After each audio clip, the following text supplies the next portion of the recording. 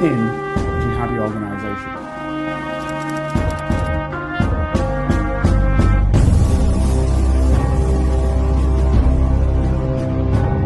If you'd like to help Carlton keep producing the Black Spy podcast and receive episodes and information that's only available to Carlton's special Patreon agents, then you can donate as little as £3, €4 or $5 a month by signing up with Patreon. See the Black Spy podcast notes or Google Patreon Black Spy podcast and pledge your monthly amount. You can even win the opportunity to be a guest on the show. Thanks for listening, and don't forget to subscribe for free. My name is Carlton King, and welcome to the Black Spy podcast, the show which lifts the light off the world of secret intelligence, national security, and armed governmental personal protection operations, and shines that light directly into the geopolitical world in which those areas inhabit and the population generally does not see. Now, how do I do this? As a general rule, I do this by speaking to people who are not at all in this world, some of them who have an interest in the secret world, but also people whose connections, the things they do have a direct relationship with the geopolitical world and hence also with the secret world. Sometimes we talk about the secret world thereafter in some depth. Other times we kind of skirt around it. But the main thing is to get to know our guests who, like most people, have a story. Indeed, I think everybody's got a story. Some stories maybe a little bit more exciting than others, not interesting, but exciting. And other stories are going to change the world. And I think I've got a guy on today whose story is going to change the world. His name is Dr. Suhel Ahmed. And Suhel, have I pronounced the name correctly? Yeah, that's right. Thank you very much, Carlton. Thanks for introducing me. Great. Well, this man is in future going to do something with medicine and stuff that's going to change how we function, particularly in the United Kingdom, but it could even be globally, who knows? But so he's of interest. But first and foremost, what I'd like to do is I'd like for him to set where he is in the world, how he got to where he is, how he got to be a doctor, in fact. I should say that growing up, the one thing that my mum and dad wanted me to be was a doctor. This guy, I'm jealous of him because he's actually made it. So Suhel, tell me about yourself. How did you end up as a doctor? Where do you come from? What was your life like as a youngster? Just tell me about yourself, because the listeners are going to be interested. Yes, thank you very much for having me on your show, Carlton. A bit of a vast question, how I became a doctor. Well, probably just to shed some light, grew up in a northern milling town in northwest of England, second generation Asian background heritage. My father came over to the UK in the 60s, early 60s, and like with most ethnic minority migrants into the country, very much grafted and worked and toiled really hard to ensure that his children, us, received the best possible chances to thrive and do well in the UK. So yeah, thanks to my father who gave me the best possible chance to study and thrive in the academic world. So is that something that you always had? Were you already the guy who sat down at school and everybody said, oh, this is the bloke who's a teacher's pet. He's the guy who does his studies and he always hands his homework in on time, etc., etc. Or were you the guy who was a late bloomer? What was your way through? Definitely the latter. All right, okay. Went to quite an underprivileged school in probably one of the most deprived areas of Bolton, is where I come from. And it was one of them schools where, you were lucky if the teacher really paid an interest in what you were all about. So very much being the youngest of four in a very underprivileged school, academia and study and excelling in the studies was not on the forefront of any student's imagination, let alone mine. So definitely a late bloomer. And it was perchance that I would say now, even now when I reflect on it, I fluked my GCSEs as they were known then. And it was then that my father thought maybe there's some potential in this little kid. Right. So I'm kind of thinking fluked, or you had something in the background that allowed you to pass them because you were innately taking it in. But then you sat down and said, right, I've got something now. Let me go further. Fluke sounds like, you just happened to put the one question on that you knew. I'm sure it's a bit more than that. Well, to be fair, Colton, throughout my latter years in secondary school, I never once recall opening the books in an evening or a weekend and studying or revising anything. It was very much turn up on the day. And in when you reflect back on it, almost I didn't even realize the importance of an exam or a formal assessment. I just went into my exams, my GCSEs, thinking nothing of it, and I just basically put pen to paper and did what I had to do. So I would call it a fluke because it was by no means an effort. But once I received these grades by fluke or whatever it was, maybe it was God shedding some light on me. And I ended up on the back of that getting a scholarship into one of the most prestigious grammar schools in the country, Bolton Grammar. It was when I got to the sixth form at Bolton Grammar did I realize the importance of study and the importance of dedication to hard work to give back. So it was almost like I've turned up to a grammar school, one of the best in the country, and I'm thinking, wow, I shouldn't even be here. I'm so privileged. A lad from a working class background mixing with some quite elite young lads. And I'm thinking I'm going to make the most of this opportunity. Did you feel a little bit, kowtowed by these lads? Did you think you had to live up to what they were or what they thought they were? Because, okay, they've gone to a grammar school, they've got some capacity to, I guess, have an intake of knowledge and regurgitate, but that doesn't mean to say they're particularly bright. But the way the grammar school system controls you, they would think they're bright, and presumably also because in the UK, most people who end up in a grammar school are from families who normally are of the middle to upper middle class, especially in the era you're talking about, because you're like 10 years younger than me, I think, maybe even 20. But nevertheless, still that sort of class element worked, especially up north. So I'm guessing that they thought they were good and you were just innately good. Would that be correct? And I'm generalizing there because some of them would be great.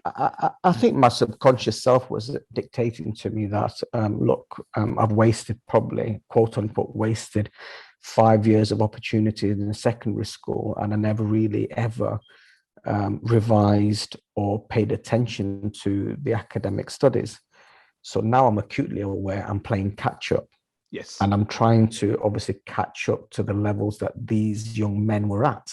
Yes. And the subconscious gave me an innate drive to match my peers. Yes. So naturally, I'm now developing a desire to be on par with my peers, which essentially what it gave me was an appetite to study. Yeah. And for the first time ever, I'm reading above and beyond what I need to learn. And I'm developing a passion for learning, a passion to critically appraise evidence, to research above and beyond what I'm getting taught in the classroom. Yeah. And I think that was the start of my academic passions, really. Yeah. So let me sort of cut this through. So when you said that you did your GCSEs, what were you talking about in terms of marks when you said you happened to get them? Well, in that school as a whole, if you got any GCSE, it was celebrated. Right. Okay. So that's the benchmark. So if you got a C and a D, tap on the back, well done, Suhel, you've done really well. Yeah. So that's the norm. Yeah. But I was lucky to get the higher GCSEs of the A's and a few B's. Yeah. And for me, that was, wow, it's a miracle what's gone on there. So I definitely still think now, and looking back on it, it's either something divine, if you believe in that, or it was a fluke and something guiding me towards a greater path. Otherwise, I would have been, I mean, throughout my GCSEs, I mean, this expected was, you're going to finish your exams and either stack shelves or become an apprentice of some sort. And that's what my dad's aspirations for me were. Yeah. And that's what the expected were, really. Yeah. Well, I mean, see, this is, again, this is quite interesting because in the UK, we look at apprenticeship in some way as oftentimes of a lower value when, I mean, I lived in Germany for many years, and what you'll find is they look at the apprenticeship, engineering, anything like that as being a very high level. And in fact, they put it on a par with your doctors and lawyers and whatever. They do that. So when you're, because everybody is educated to some level. So what they do, they call it lernen. So everybody learns something. So regardless of what it is, you learn it, and you learn it to different degrees. And if you learn it to be a master, so if you're a master auto mechanic, example, you are on a par to somebody who's a doctor because you're a master. And indeed, you can't open up an auto garage without having a master as part of your staff or ownership. So, so you have to have ownership as a master. So that gives that automatically gravitas. So engineering has gravitas. I think we don't do that in the UK. I think we see those as low, and I think we lose a lot of talent by that in the UK. So it's interesting that you said that, but I know what you mean, because I felt when I was going through my studies, I felt that they were educating us working class lads, and I went to a school with 1,500 boys and girls in, all working class. I was the only black guy there. They're all working class northern people from a mill town like yourself, and basically I would suggest they were educating us to work the factory machines, not even be the engineers, just work the machines. That was your sort of level of education they were tending to give us. Let me give you an example of that. Now, the 70s, when I was going, the early 70s, they became this thing out where we'll not bother about grammar. So for about 3 or 4 years in our school, we were not taught grammar in the English language. It wasn't taught. So it's quite interesting. They called it free writing, that you should be able to write freely and all that sort of stuff. But you learn that once you leave school and you don't understand grammar, now you've got a problem, because everybody else is understanding grammar, especially those who've gone to good schools, quote unquote. And you're now trying to catch up.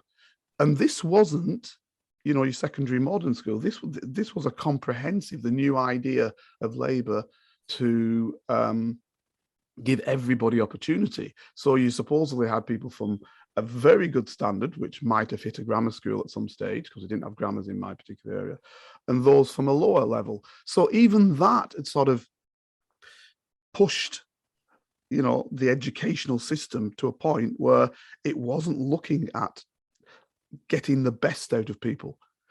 I've subsequently been to China. I've been to South Korea. I've been to, say, Kenya, which runs a more like a system, a bit like ours.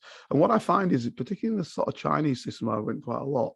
They look at what a kid's good at, and then they say, right, this kid's good at engineering. We're basically going to hothouse the kid in engineering. Or this kid's good at grammar, we'll hothouse him in grammar. Or good at athletics, we'll hothouse him in athletics. So they're looking to grab the talent early and then hothouse that talent. And if you don't have another talent, let's say you don't have English, or in their case, Chinese, that's okay. We'll still try and educate you a bit on Chinese, but we will hothouse the talent that you have. Bring you up to a PhD in engineering, even if you're no good at the Chinese language. So the different systems, and I think I was a little bit wanting. And this is why I asked you that question, because I think you were taking it in, Suhel. You may not have known that, but I think you were taking in the knowledge. You were taking it in, mate, and you were able to regurgitate it. And when it mattered, you did that. But I think afterwards, it wasn't just you taking it in, it was you actively taking it in subsequently that led you to your doctorships, which is great.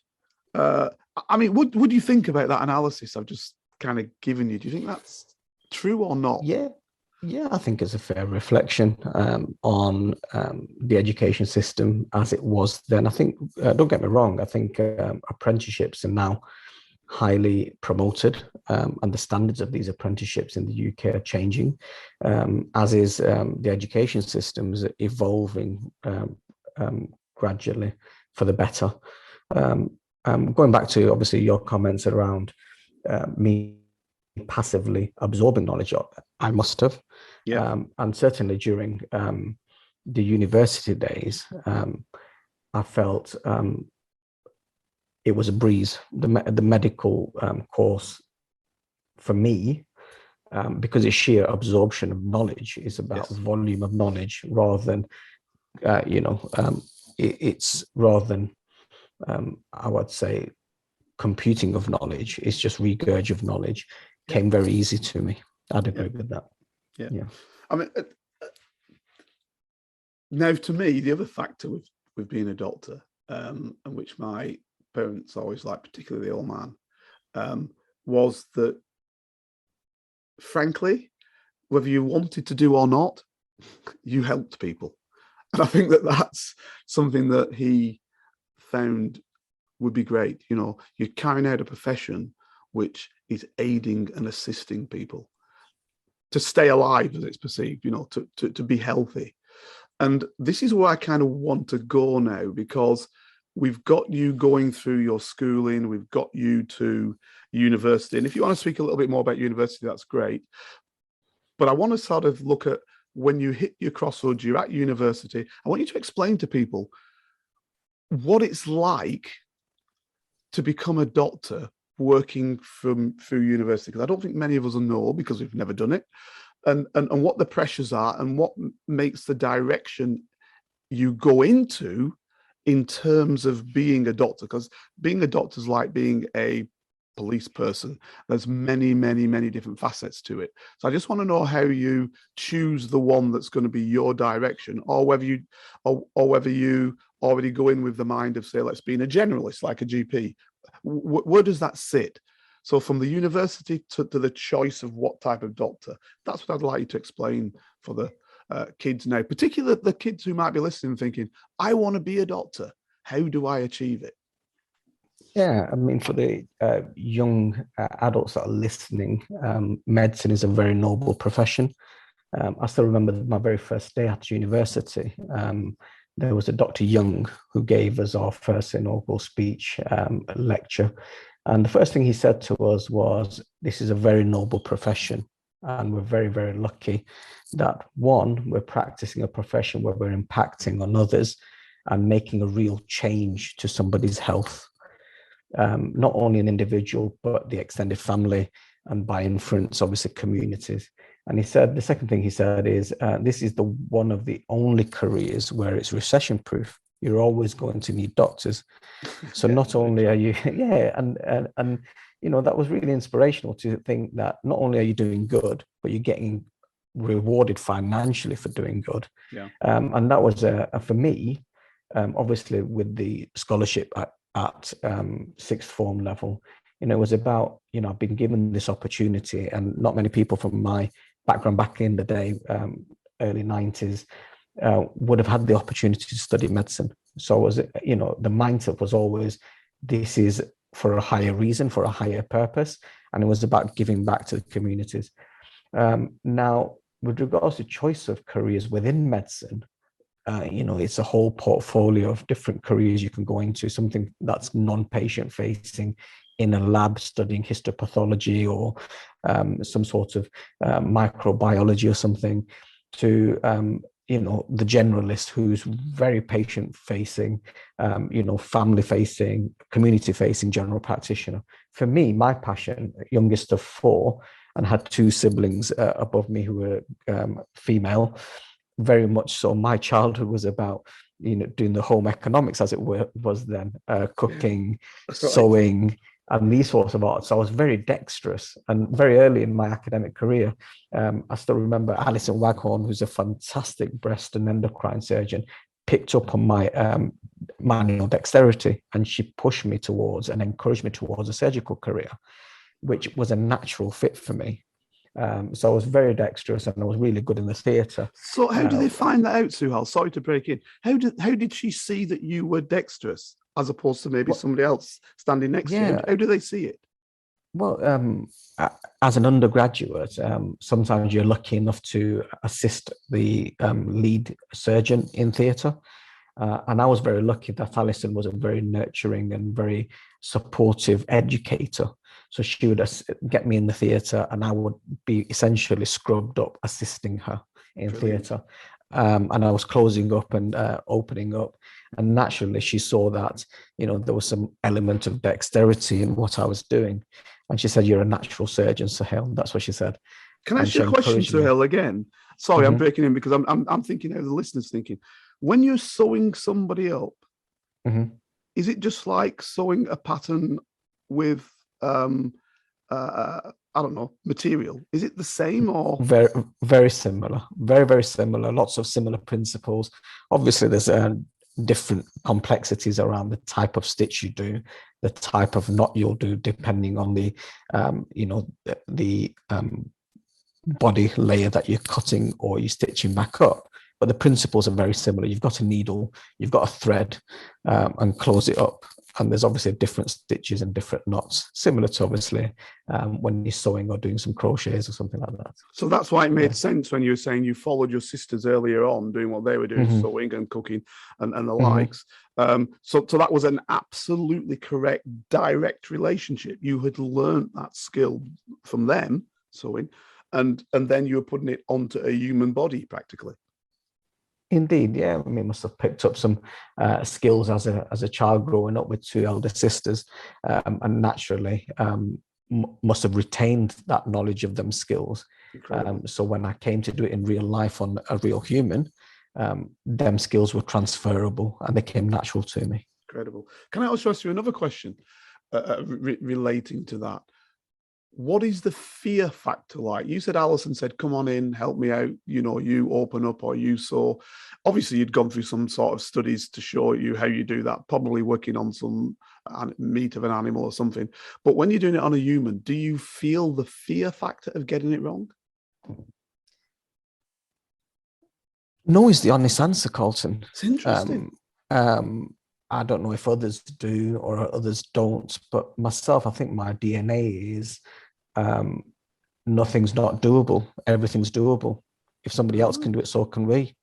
It's all in the mindset, really. And that's always been my mindset, as in maybe from the fact that, from when nothing was expected of me as an individual, from a really underprivileged working class background to achieving what I did, naturally I've developed confidence in that journey. So I never really ever reflect that something's impossible or not achievable. That's not in my DNA now. That's interesting. So you went in there without any fear. You weren't shaking. Because this is why I was saying that, because obviously I would assume that if you're shaking, right, you cannot be particularly dexterous if your hands are shaking and you're trying to sew somebody up. So you went in there practically without any fear. Bang, let's go for this. And she obviously saw that. I guess is it? I don't want to use the word arrogance. That would be wrong.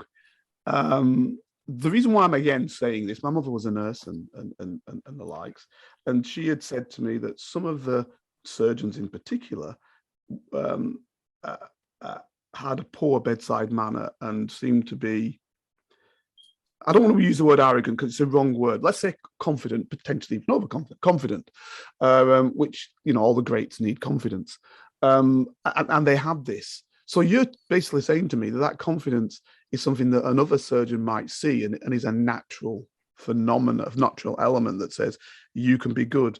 Because if you don't have that confidence, can you be a good surgeon? It's a difficult question. I think individuals have certain levels of confidence, and some of it is learnt. So obviously, as an aspiring surgeon, as I was in my early career, your role models are all surgeons who are supremely good at what they do, and naturally over the years they've developed a certain level of confidence. With regards to your question around bedside manner, I'd probably disagree. I think surgeons have fantastic bedside manner. What they don't have, and what they lack a lot of the times, is time. So they're time pressured. Right. So naturally, that may come across to the unlearned eye as arrogant, not holding conversation, and this person's not got time for me. How rude. The way I saw it was, these people are coming into work at 6 o'clock, 6:30 in the morning. They're doing some preparatory work before their theatre list. They're doing a quick ward round, literally a quick ward round, and then going into theatre, a long day in theatre, then doing post-op ward rounds. They're extremely time pressured, and maybe that may come across as arrogant. For what I saw, these people were extremely empathetic, very caring, but they had a certain quality, which was almost a mindset of, this is a problem and this is the solution, I'm going to fix it. And that's the mindset surgeons have. We see problems, we see pathology, we're going to go in there, open up, fix, close, jobs are good. And that is the mentality maybe of a surgeon. And I guess when looked at from my mother's perspective, she's now 95, 6 years of age, looking at it from her perspective 40 odd years ago, 50 years ago, as a nurse, which then was only really about caring, she probably saw the surgeon's view as not as caring as theirs, because what they were taught then was basically you're just looking after, it's not just, you're looking after the patient and you're caring for everything they do, you're thinking of them like that, and they've got the time basically to do that to some extent, whereas you've now explained to me the surgeon doesn't have that time. Would that be? Surgeons are definitely time pressured. I think training, undergraduate, postgraduate training has changed over the years. And certainly from when I came through the system in the 90s till now, definitely there's a more emphasis on empathy, people skills, picking up on non-verbal cues. So that element of training is probably enhanced the way doctors, clinicians, surgeons behave as well. Gotcha. So training has changed as well. But definitely surgeons are time pressured and they have a certain mentality. The mindset is one of a fixer and a doer. Yeah. Interesting. Excellent. So that can stand you instead for everything then, I would suggest. If you've got that sort of capacity within you, you can probably turn your hand to anything. Would you kind of agree? I think you develop skills that are transferable. You obviously got an element of academic skill that you can turn your head to anything you need to, and a natural ability to pivot skills. Yes, and I think that's with general undergraduate training across the board, not just with medicine or dentistry or these sciences. So you're saying you think general undergraduate training, regardless of what you work at, gives you that capacity? I kind of don't agree. I think that if you take your first degree on board, I think that too often you're still just regurgitating rather than assessing, analysing, putting forward your own ideas and your own concepts, digging into the weeds. I think too often at degree level in most things, and I can't speak about medicine because I haven't done it, I'm a criminologist by education, I think too often they seek for you to look at what somebody else suggested and to say, this is the reasons why I believe that Bentham's prison service analysis was correct, but not to put any other suggestion forward as to why it wouldn't be, and to even suggest the fact that it may well have been wrong and point out why it is wrong. I think that's what you sort of hit to at a later stage, and I don't think that's good. I think you can get away with that at A level. I don't think you should be getting away with that at degree level. but I think that's the way we do it. Yeah, I'd probably. I'm not massively aware of different courses, admittedly, Carlton, but definitely in the medical undergraduates, from a very early stage, you're taught to critically appraise, look at the evidence for what it is, dig a bit underneath that, and say, is this evidence accurate? So definitely, I mean, for large periods of our undergraduate study, you're taught to critically appraise the evidence, especially in the light of pharmaceutical companies trying to get you to prescribe medication or pushing their agenda. You're taught to look at it with a very critical eye. Yeah. So that's interesting. That's why it's what is it, 7 years? Is it 5 or 7? Yeah, 5 years as an undergrad and a few years as a postgrad, still as a trainee. Yeah. So about 4 years in total as a trainee postgraduate. Right. Mm-hmm. Yeah. So I mean, yeah, maybe medicine's different, but I've said it in too many other areas whereby it's it's set for you, and I don't think there's enough critical analysis goes on. That's what I would say in that sense. But yeah, that's great. That's great for medicine. So we've got you now to the stage where you are on the route to be a surgeon. What happened next? Well, I mean, I met my good lady, Nasima, at the time. And I was working 1 in 2 weekends. So working as a surgical trainee a weekend, just to give you a perspective, you'd go into work at usual time, 6:30, 7 o'clock in the morning. And the weekend would entail working through on a Friday, working through on a Saturday and a Sunday, and finishing early on a Monday. Finishing early usually meant 2 o'clock, 2:30. Inevitably, it translated to 4:30 when you've finished your work. So doing that one every other weekend was probably not conducive to a good work-life balance. And then I was posed with an ultimatum. It's either the relationship or the career. And like, I succumbed to the work-life balance. So then I found myself looking for an alternative career path and stumbled across general practice. So ended up training on the GP VTS scheme in the Northwest and became a GP thereafter. So in a sense, in terms of medicine, that was your second love. It wasn't your first love. Your first love would have been surgery. And when right. and may I ask you a question? In surgery, is it generalized or is it also specific to heart surgery, brain surgery? Yeah. So the initial part of the training, which is surgical training, part 1, is definitely generalist training across the board. So you do various attachments, and I was lucky enough to do neurosurgery, orthopedics, a bit of endocrine and vascular surgery. And it's after when you pass your initial exams, then you choose a specific area of interest. Right. And hence, the more specialisms that you sample in your general surgical training, the better it is. And I was a budding, either an orthopedic or a neurosurgeon, really, because I was working under a spinal surgeon. But alas, I came across general practice, and I'm very, very grateful and very thankful. Well, you had to say that, didn't you? No, genuinely. I mean, I firmly believe things happen for a reason. Yeah. And I found general practice for a wider calling, I think.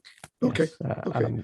So explain that to the listeners. How is it a wider calling? Can you say what the difference? Well, general practice, you're working within communities, and you're impacting on community health in general. So right from before people become unwell, you're advising them on how to remain healthy. When somebody does unfortunately become unhealthy, you're looking at the full dynamics of the impact of that health on not only that individual, their family, their immediate friends and family, the community as a whole. And then you're working with a larger team of healthcare professionals towards a certain set goal.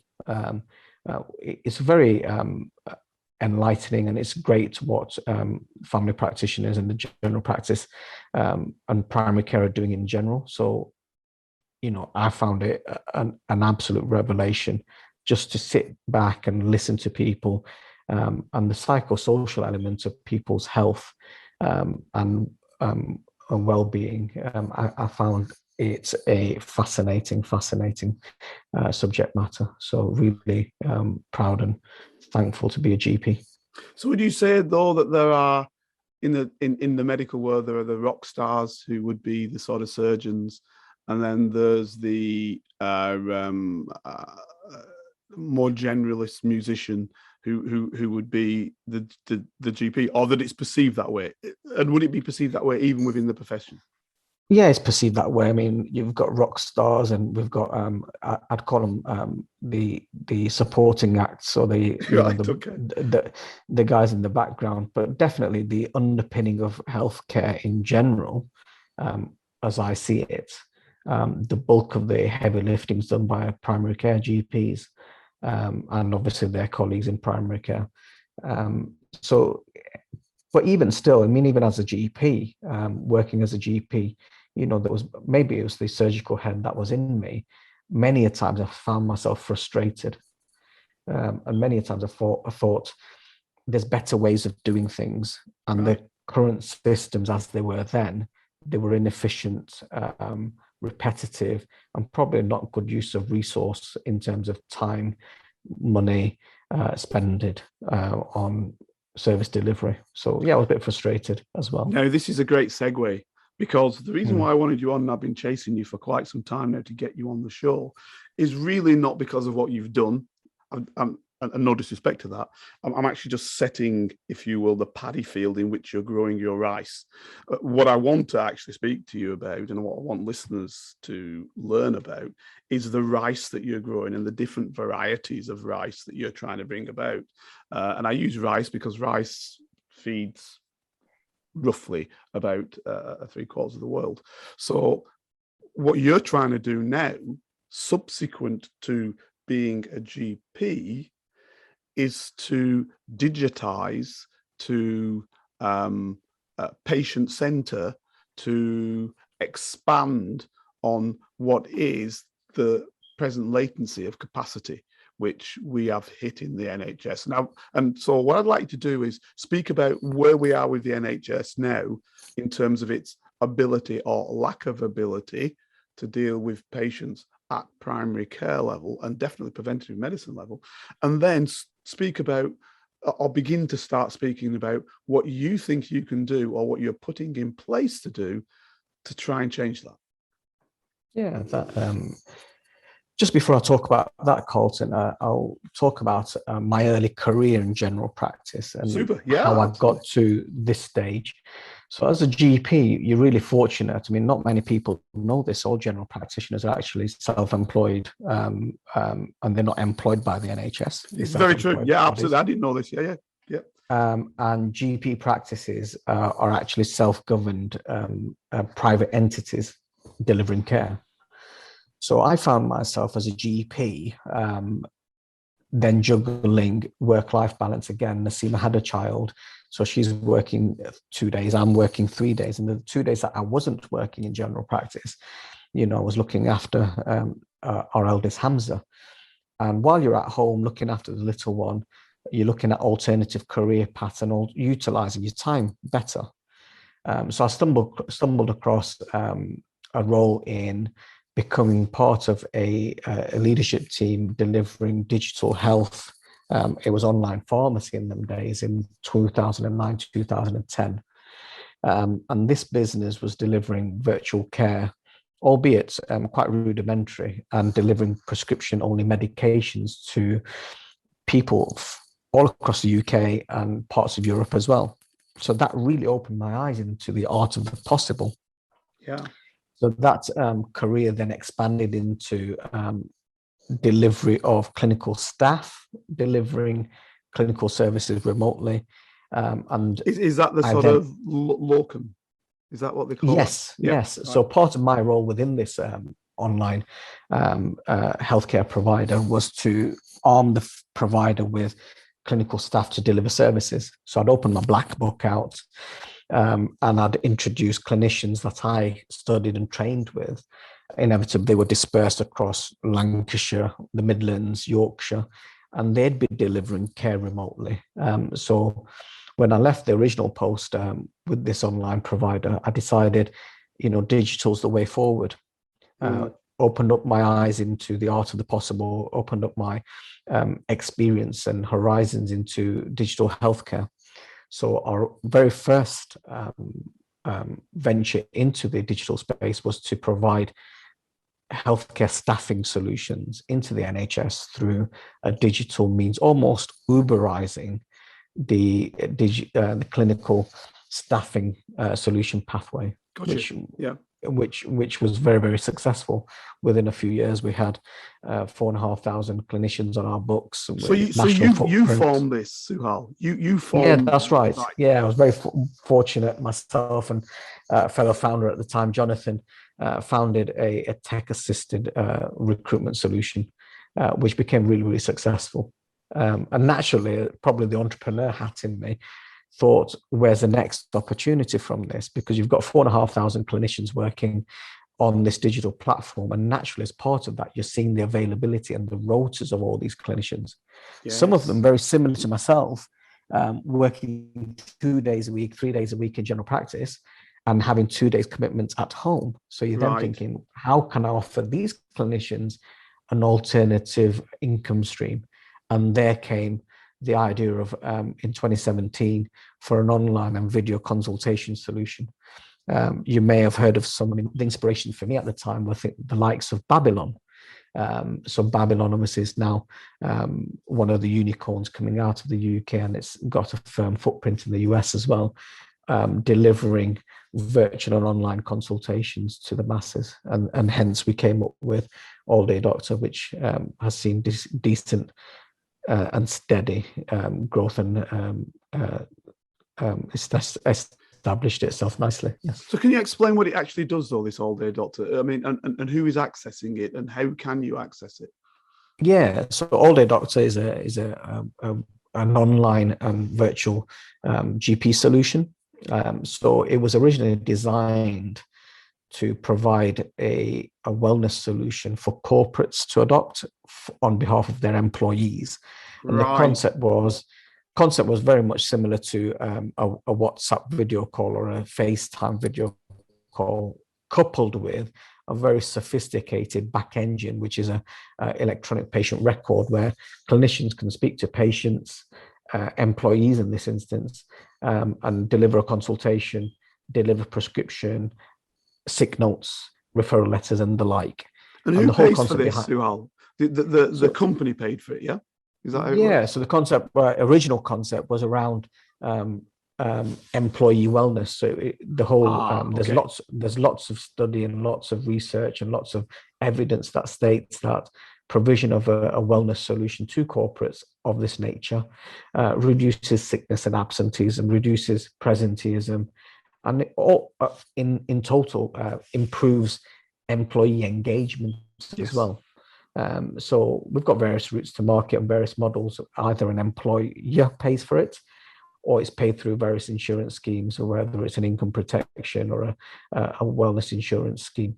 We've also recently gone into a direct-to-consumer model through partnership models within the pharmacy space. So pharmacists inevitably, now that the NHS is struggling, and NHS wait times are stretched. Well, just to give you an example, Carlton, the current wait to see an NHS GP for a routine appointments anything from 14 to 18 days. So naturally, the overspill, these patients that are struggling to see an NHS GP, they're going to their pharmacies, or resorting to private online services such as ours, to get quick, responsive access to advice and treatment. And how quick is your advice? How quick do you make that happen? Yeah, you can see. Our SLAs dictate that you can see a GP the same day. All right, that's what we're aiming for. Call up. You'd call. Was it a call up? Is it an app? What is it? It's an app download. So you can go onto our app. You can see. You can search by condition. You can search by locality, and you can find a clinician that you want to consult with. And you should be able to book an appointment with a clinician on the same day. Now, you saying this, because as I said, I wanted to speak to you for some time because I knew you were looking at this type of field and you were talking about, well, the guy who connected me with you was a guy who I had on some time ago, way back in season 1, who basically is a guy who's in the digital world and knows about the way the world would go forward. And he had told me about this doctor who was pushing the way forward. And the first question I had to him in terms of digitally looking at individuals and giving some type of analysis as to what the individual's medical problem is. And the first question I had for him was, how do you do that without touching or feeling the patient? Well, not many people know this. So again, going back to Dr. Young, if you remember the very first lecture, one of the other things I remember in our very first year of medical undergraduate studies, he said 80 to 85% of the art of medicine, practicing medicine, is in the history taking. Right, okay. Yes. So through a diligent history taking and really listening to a patient, you can derive what possibly the differential diagnosis of the underlying problem would be. So research indicates on the back of that, if you take a really, really decent history, and you listen to the patient and through video consultation, you can deal with 90 to 95% of acute presentations. So a lot of the presentations on a video call would be acute self-limiting illnesses, whether it's a cough or a cold, ear pain, sore throat, urine infections, irritable bowel. These sorts of things are fairly, the common things are common, and that's what you're dealing with here. But very much so, I mean, going back to obviously the colleague that spoke to you, how do you enhance this experience? And for me, I was looking at the competitors at the time, and it was about how do we make our systems clinically more robust? Yeah. How do we make that patient journey better? And how do we improve the outcomes of what we do? And the answer to that, Carlton, was the solution to that was to integrate our solution with the NHS spine. So with the I was going to ask that. Okay, so yeah. What you mean by that, if you've got access to NHS records? That's right. So with patient consent, what you do is access that patient's record as it sits in the NHS spine. Right. Okay. And what that gives us is give us a full insight into the patient's health before our GPs or our clinicians consult the patient. No, it makes sense. And it makes our decision making when consulting patients all that bit more robust. So that's what we did.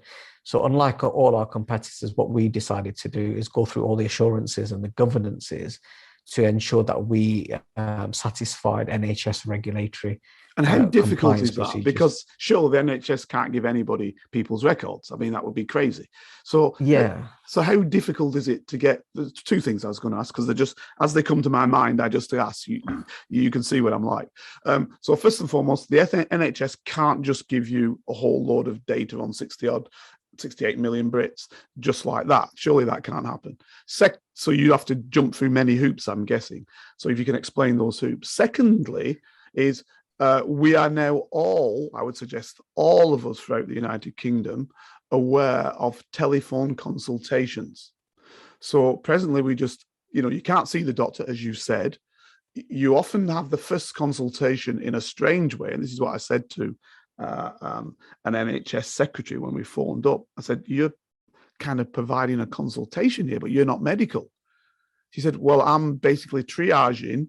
She didn't use those words, but I'm using that medical word, triaging between you getting an appointment with a doctor and not. So you've got a non-medical person triaging you to see whether you get a telephone call, consultation, because that's what they're talking about, not you physically being there, especially in COVID times, to see the doctor. Now, my question is twofold, as I said. The first bit I want you to deal with, which I've said. The second bit is, can you do a telephone consultation? I can see how you can say, I can see you, video-wise. I can see how you can say that. But surely it's much more difficult to do that just audio-wise. Yeah. So going to your first question, accessing the NHS spine. Yeah, an arduous, long process. It's taken a few years to achieve it.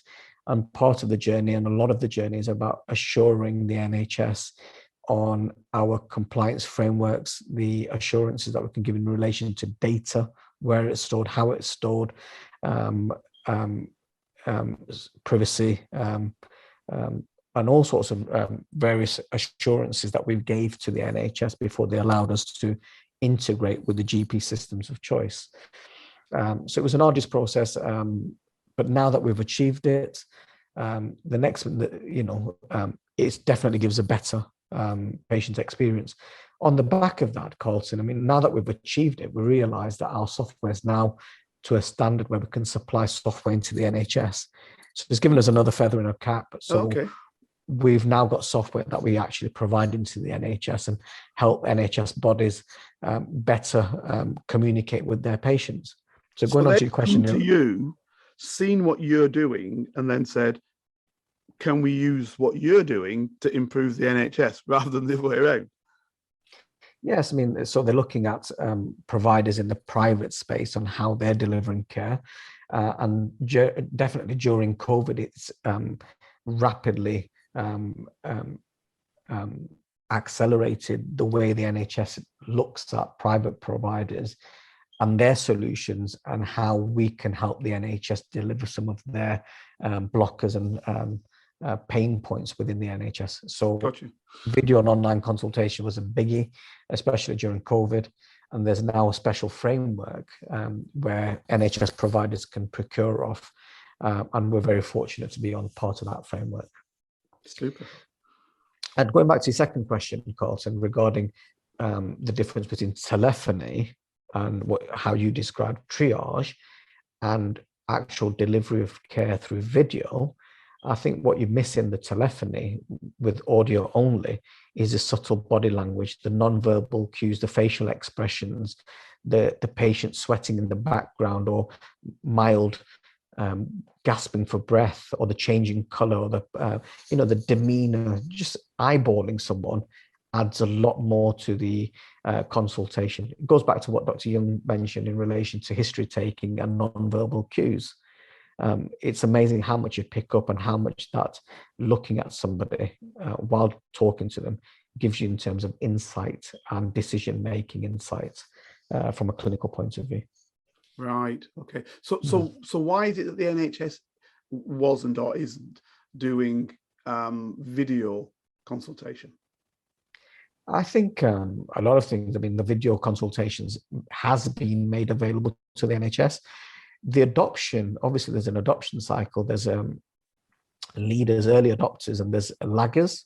Right. Unfortunately, for our current healthcare system, a lot of it's around education, and a lot of it's about giving the service providers insights into the benefits of these things. So very much the laggers.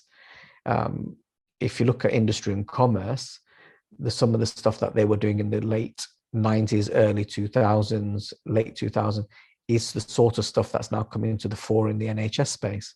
So very much we're quite, nobody's willing, none of the managers or the decision makers are willing to put their head above the parapet.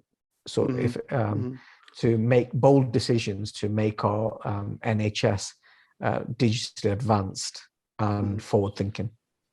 I think in their defence, having worked a lot with government and the more senior elements of government, obviously ministers, prime minister, whatever, what I think I saw with that was that our big problem is that the NHS isn't hypothecated, which means that its monies are not given every year. You know, whatever we pay towards the NHS in our taxes doesn't go to the NHS because we don't have it hypothecated that way.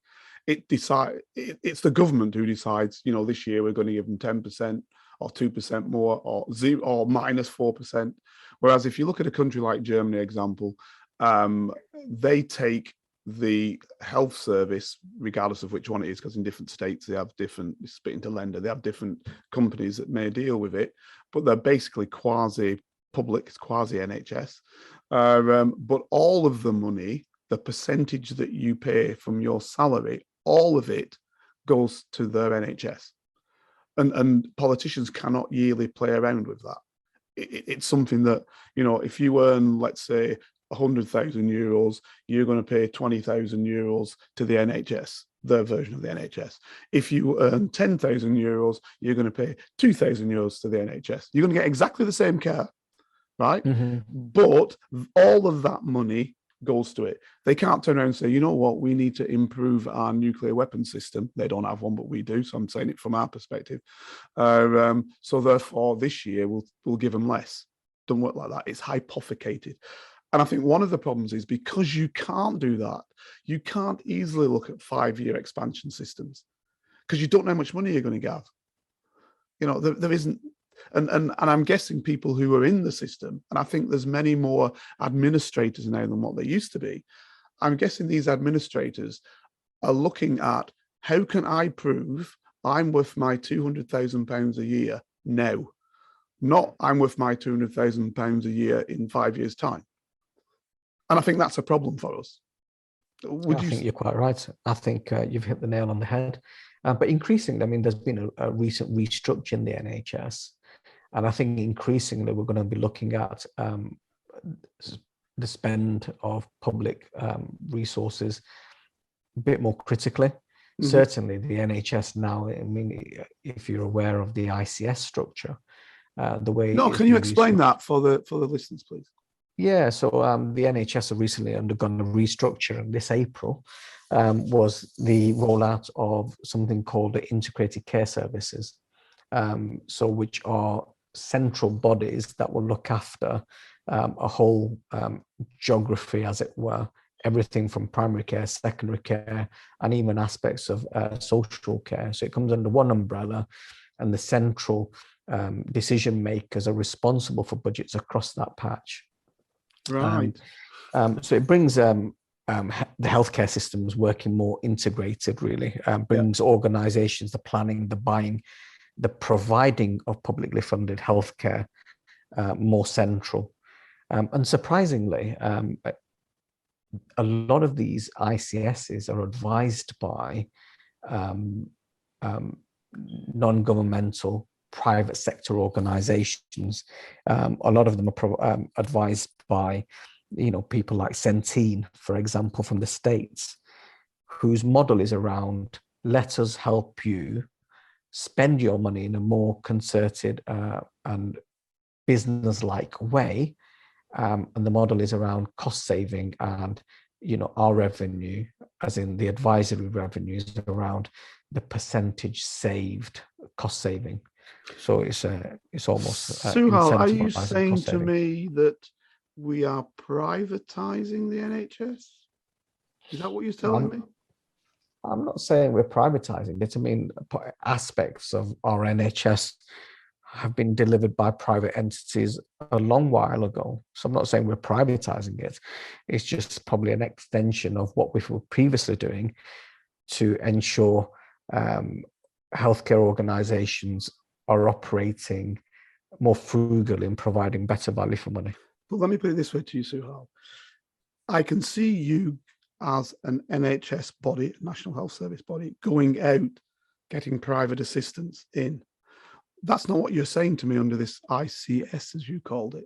You seem to be suggesting that the leadership process of that, i.e. the managerial, the directional process of that, is private. So you see, this is a massive difference, because if you have somebody who's public going out to private to seek to bring some action in, whatever that action might be, in order to cater for something that you require, it's still public. If you have a private body over the top seeking to suggest to the public the way that you function, then that means that the private element is the one that is orientating the spend and the budgetary processes. So that means it's much easier to privatize a process because the private is at the top rather than just, if you will, a customer of the public process. Do you see what I mean? I see what you're trying to drive there, Carlton. I think a long while, private organizations have had presence within our healthcare system. I accept that. Yeah. But not running it. Not running it per se, and I don't think they're currently positioned as running it, rather advising on the better spend of But public you resources. hear what you're sometimes. saying. But you hear what you're saying. What Mm-hmm. you're saying is they're advising on the better spend, and you're a private company. If you're private and you advise on the better spend, what are you going to Mm-hmm. advise on? You're going to advise that this is the way forward, and that way forward is not going to say, well, let's cut out the private. It can't do. Well, Because there's you're always, undermining yourself. yeah. I mean, this is another discussion for another day. I think you can spend a full podcast session on this, on the rights and possible wrongs of healthcare imperialism. Maybe, Yeah. maybe you can have a session on that. But it's a long discussion. Even during the COVID, private enterprises profited to enormous amounts to the detriment of our NHS. That's why I'm saying it, because Yeah. absolutely, you've had something like 25 billion, the government just writes it off. Exactly. Whether it's a test and It's trace, incredible. or whether it's PPE contracts, or other elements of cronyism, everything needs to be looked at. I mean, from my perspective, it's my passions have always been around NHS sustainability, healthcare sustainability, and hence my venture into enabling alternative digital pathways of care delivery. Which I find superb. Yeah. And Mm-hmm. I've got no problem with that, because you're working Mm-hmm. within the existing system that's saying we can co-opt you for assistance to help us do this, and this. Mm-hmm. Yeah. It's not you saying, listen, system, I run it. This is what you need to do. Two completely different things. So, you are the way forward, to my mind of thinking. And you're probably the way forward globally, to be fair. Right? Because there's many a people who never see a doctor for the pure and simple reason they live too far away. They don't have a road between their village and somebody else's place. I can go throughout the world, you can go on and on and on. That's the reasons why people never see a doctor, and why some people die from a simple break of the arm. That happens, right? Now, your system allows that to change by saying, listen, I can see you, I can see how it can function.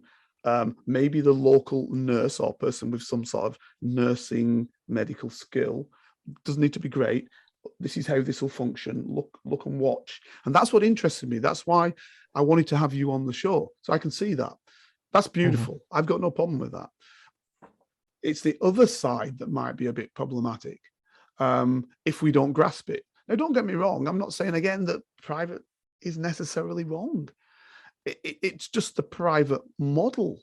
What's the model you use? I think, example, the German quasi-private model. It's not really private. It's half-half. That model works perfectly. I mean, they've got a superb system of healthcare, and I think nobody will ever tell you that they haven't. Right? So that works. But if we're picking up on some of the American systems, yes, if you're wealthy, it works very, very well. But you do know each year, and this is a fact, even in the times when it was run by Fidel Castro, right? Cuba. Cubans used to send about 600 doctors to the United States, and they'd basically fill 3 stadia. And it'd generally be southern, so it'd be something like Houston, somewhere down in New Orleans, somewhere else, right? And they'd fill these stadia, and normal Americans would come in the hundreds of thousands for the 3 weeks that these doctors were there, to be seen by them and to be given some sort of diagnosis, because they couldn't afford to go to their own doctor. Can you believe that? And that's a fact. Very sad. In the richest country in the world, by far, nobody comes anywhere near it. So if you look at the GDP of the United States, it's something like 19 trillion. Yeah. Next is China with something like 13. If you put the EU together, then it's 16. But that would be the whole of the EU. So in the richest country of the world, by far, people are not treated. So that's my point. You can have systems that are great, can give you everything. And I know my sister lives there, she's wealthy. She just goes, next minute there's 5 doctors there. And she's taken care of. And it's great. But if she was on the street and went, there'd be 5 doctors who'd step over her. That's the difference. You see what I mean? I know it's crass, Yeah. but that's what I'm saying. Mhm. So I like your system. So in closing, because you won't know this, but you've done over an hour now, because it's a fantastic Time's flown by, yes. and time's flown by. Just tell me, where are you going with your medical empire in general? Where would you see it happening, and what do you think you can do to improve the care of all Brits and potentially beyond at some stage? Yeah, good question. I mean, thank you very much for asking that question. I mean, we've got now technologies across different what we call care pathways approved within the NHS. Currently, we're doing a lot of consultancy work with a few large hospital trusts. We're on the way to working with a couple of large universities to do some trials and do some academic work around the solutions that we have to revolutionize care pathways in general. What we really want to do is digitize and make care accessible to the masses, whether it's through digital triage, whether it's through what we call elective recovery, assisting in elective recovery, enabling patients to consult a specialist remotely, not having to travel to a hospital for pre-op and post-op assessments. That's what we want to do. I think in the next 1 or 2, 3 years, we'll have a massive presence within community pharmacy space, enabling pharmacists to deliver better community-based care to their patients, as well as having a decent, strong presence within primary care and secondary care. But how will you get this data to do that? How will people know of you, and how will you know of people? Yeah, so obviously accessing the NHS spine, we've got a firm roadmap plan to use assistive technology, whether it's AI or whether it's advanced algorithms to nudge patients through certain care pathways. And that's what we're going to do. It's about big data now. It's about ensuring patients utilize our software, utilize our services to be part of our ecosystem, so that when we can then really work with this big data, this rich data. So to give you an example, NHS spine, the data is probably the richest data set probably globally. But what it is, it's data rich but information poor. Okay. Because we've not consumed that data for the benefit of patients. Now, what we want to do is utilize that data, consume that data, and run modern, sophisticated algorithms and AI technology to deliver value for the masses and deliver value for our NHS. I think what we want to do is grab that data, consume it for the benefit of the patients, and make information available around individual health, around population health, to the masses for the benefit of our NHS. So what you're saying is then, with that data example, when you get your call to your doctor online, they can look and say, right, with machine learning, the machine can say, the likelihood of this doctor is, with the symptoms that he's just spoken about, is this disease. But of course, you're still the doctor, so you still got to look at it. So you can see and say, yeah, I agree with that from the machine. Yeah, one case use. Yeah, one particular case use called, and the other case use could be, I'm 45, I've got a history of high blood pressure. The algorithms tell me that my father's got diabetes and somebody in my family died of a heart attack. So the algorithms are about proactive, preventative healthcare, telling me you're at risk. Your risk of cardiovascular disease is X. You need to do Y. And when I do Y, my risk is reduced by X percentage. Yeah. So that's where I really see it. I see it as a population-based approach, proactive, preventative healthcare algorithms, and maybe, accessing when our NHS is stretched, accessing private healthcare. The model is around, are you helping yourself, and what's your risk in relation to a payout on an insurance? Does that then need to be taken into account to make private healthcare provision more sustainable and accessible? So in other words, let me get what I think you're coming from. So your company says to you, listen, let's keep you healthy, number one. Your insurance company says, let's keep you healthy, number two. And the NHS basically says, let's keep you healthy. So works in tandem with you to keep them healthy. So all in a preventative model that then suggests, or then I'm saying suggests because who knows, suggests that the NHS will be less used at the point of contact in the real critical care angles. That means then that they can deal with those they do have better, quicker, and facilitate that in a more streamlined way, rather than the way it seems to be now, where we're struggling to get through what we've got. Is that, does that sort of fix it about right? Yeah, I think to probably summarize what you've just said quite eloquently, I'd say currently our system is bursting at the edges. It's not working. Our current model of care is very reactive.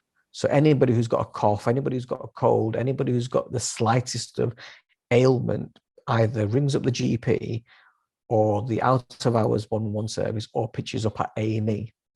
The service is not coping because it's stretched. Yeah. It's very reactive. What we can do, and I think the vision should be, is through digital and through information and data, move from a reactive model of care to a proactive model of care. Yeah. So only the guys that need to be seen are seen by frontline healthcare staff. The rest of the population can be managed through digital, managed through AI, managed through self-care through assistive digital technologies. And I think that is a massive opportunity that we really, as a nation, need to capitalize on. So how Joe Soap, how is Joe Soap going to get to you? Well, from an NHS perspective, you can obviously download our app, an NHS, and hopefully we should see greater adoption of our healthier technology. If you're struggling to, obviously, our technology is not available in your area from an NHS perspective, definitely, you can download our private provision, the All Day Doctor app, and access our healthcare services. All right, sorry, you just said something about healthier. So that's an app then, healthier? Yeah, we've got the technology that's approved for NHS frameworks. The digital first framework is called Healthier, and it's available on the app stores as well. So it's commissioned centrally by obviously either GP practices, CCGs as they were, and now increasingly it'll be procured and adopted at ICS level. So what happens? You go in and they say, you go into the doctor and they say, look at what healthier, how is it? Healthier, healthy IER, healthier, healthy YA, healthy YA. That's right. Right. Okay. So what they're saying, what you're saying is your doctor's saying to you, go to healthier. Is that what you're saying? Yeah, signposting you to, if you're struggling, this is an alternative access point to NHS services. That's right. Right. Oh, okay. So that's under the NHS. So that's you being seen by a doctor via video link under the. And where is that available then? All over the UK or just? Yeah, wherever a GP practice is, or whether ICSs or commissioning boards adopt our technology, will be available. So yes. Right. So this is the technology you were talking about that you've given back to the NHS type of thing. That's right. That's the technology that we've had approved on the NHS systems. That's right. Oh, okay. Okay. That's interesting. Yeah. Okay. Right. And how do you know that you are in dire straits and that you should go? What is it about you that you know that, what mechanisms are you utilizing to tell the normal person going to the supermarket or whatever that things aren't right with them? What is there a mechanism? Is there a route into you in that way, or other than you? Because I guess what you're saying, you'd have to actually download the app, so you'd have to know about it. But if you don't know about it, is there some other mechanism you utilize? I mean, increasingly, we're now driving awareness campaigns of our solution. There are various solutions already in existence, whether it's a Babylon or whether it's a one provided by employers. So increasingly, I think 2022-23 is about driving awareness campaigns. We've done some great work with partnerships with the pharmacy space. We're doing some great work with a couple of large supermarket chains hopefully will get our solutions adopted there. What's but that? It's around partnerships. What is that work with supermarket chains? What do you mean? It's making the all-day doctor service available for their customers at a discounted rate. We've also got healthcare kiosks, Carlton, that is part of our CSR strategy to enable patients. CSR? Corporate social responsibility, right, okay. Strategy to enable patients and end consumers to track their own health. And through these kiosks, hopefully we'll raise awareness about the good works that we're doing to deliver healthcare across the UK. So what is this? This is like, when you say kiosk, is it sort of a curtain you draw back and you sit in it like when you have your photograph taken, or what is it? What do you mean by that? It's not hidden behind a curtain, admittedly, Carlton. It's a stand-up kiosk which enables users to track their health. So what it measures your height and weight. It measures, by inference, obviously gives you a BMI. It measures your body fat composition, measures your water. So it's a machine then. So it's just like a weighing machine. Is that basically? It's a sophisticated weighing machine with other aspects that measures your body fats, body water content, muscle content, blood pressure, oxygen saturations, and temperature and the like. And you said this is in supermarkets. So how does Joe Soap get to it? Does it cost me? The model is if you download our app, within our app, you'll see a map that guides you to the nearest kiosk. And over the next year or so, you'll see increasing kiosks being available nationally, where you can use it completely for free and to get better understanding of how your health is sitting currently. But if I don't have your app, though, see, the one problem I got with there's 1,000,001 apps. If I don't have your app, can I use the kiosk? No is the answer. But if you see a kiosk locally, it will tell you which app you need to download. Right. Okay. So you look at the kiosk. Fairly straightforward, fairly easy to use. You'll see the kiosk and the directions are on there, which app to download and how to use the kiosk. Is very straightforward. And that's don't cost me anything. It's free. Completely free. Part of our CSR strategy. Oh, that's interesting. Interesting. Okay. That's, yeah. Oh, okay. So this is how you're going to sort of look at people, and then those people can contact you and say, the machine has said X, Y, and Z, or how does the machine work to that? Or do you tell them? So the machine will help individuals track their metrics, and it gives automated advice around a individual's health. And when it drops into an amber or a red area, it nudges you towards seeking appropriate healthcare intervention with a healthcare professional, whether it's face-to-face or whether it's through a video call through our services. Yeah. Oh, interesting. Mm-hmm. All right. So nudging people through a wellness journey, really. So this is part of your strategy then, obviously, to spread this around. So is this available in many places, or? Yeah, we currently have about 4,000 kiosks nationally. Some in large supermarket chains, some in large pharmacy chains, and in some gym groups, etc. No, that sounds top. Yeah. Oh, listen, Suhel, this is interesting. Well, we could go on. I'm going to have to guillotine you, my friend, because I don't mean that literally. I'm not going to send somebody to your house with a guillotine and chop your head off. But I'm using the political term. I'm going to have to cut you off at the head, as they say. But no, this has been fascinating, and there clearly is much more. As I said to you, I wanted to get you ever since I had the one guy on and he told me about what you were trying to do in the future medical field, and I'm absolutely astounded as to how that goes, because myself, when I lived in Germany, I thought this is absolutely a fantastic medical system. You went to your GP, Allgemeine Arzt, as they call it in Germany, and the very same day, he says, "Do you want to see a specialist?" Yeah. If you go now at 4:30, he'll still be open. Mm-hmm. And in Britain, you're waiting months for that.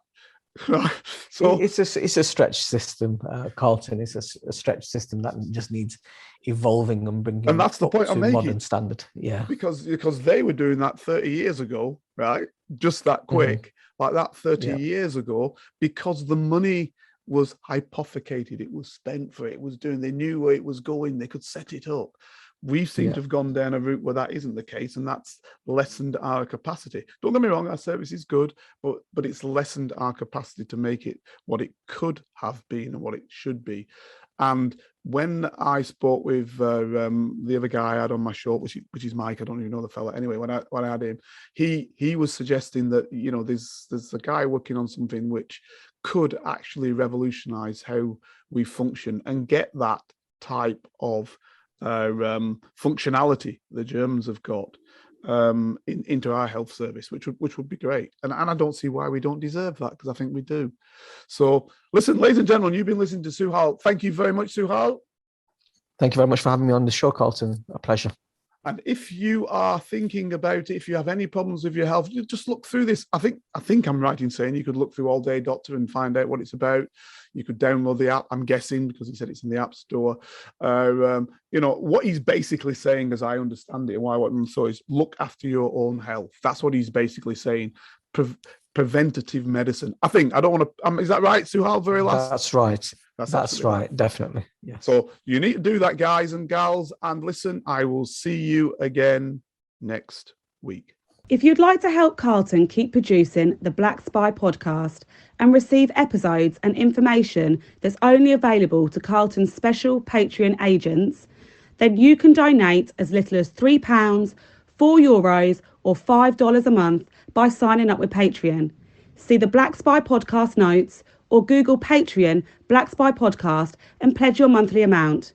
You can even win the opportunity to be a guest on the show. Thanks for listening, and don't forget to subscribe for free. Here is a working class spy telling his stories, the secrets, the lives of spies. Feel free to message Carlton King on all socials and give this show 5 stars on Apple iTunes and subscribe so you never miss a single episode. For your ears only. I was a member of Her Majesty's Secret Intelligence Service.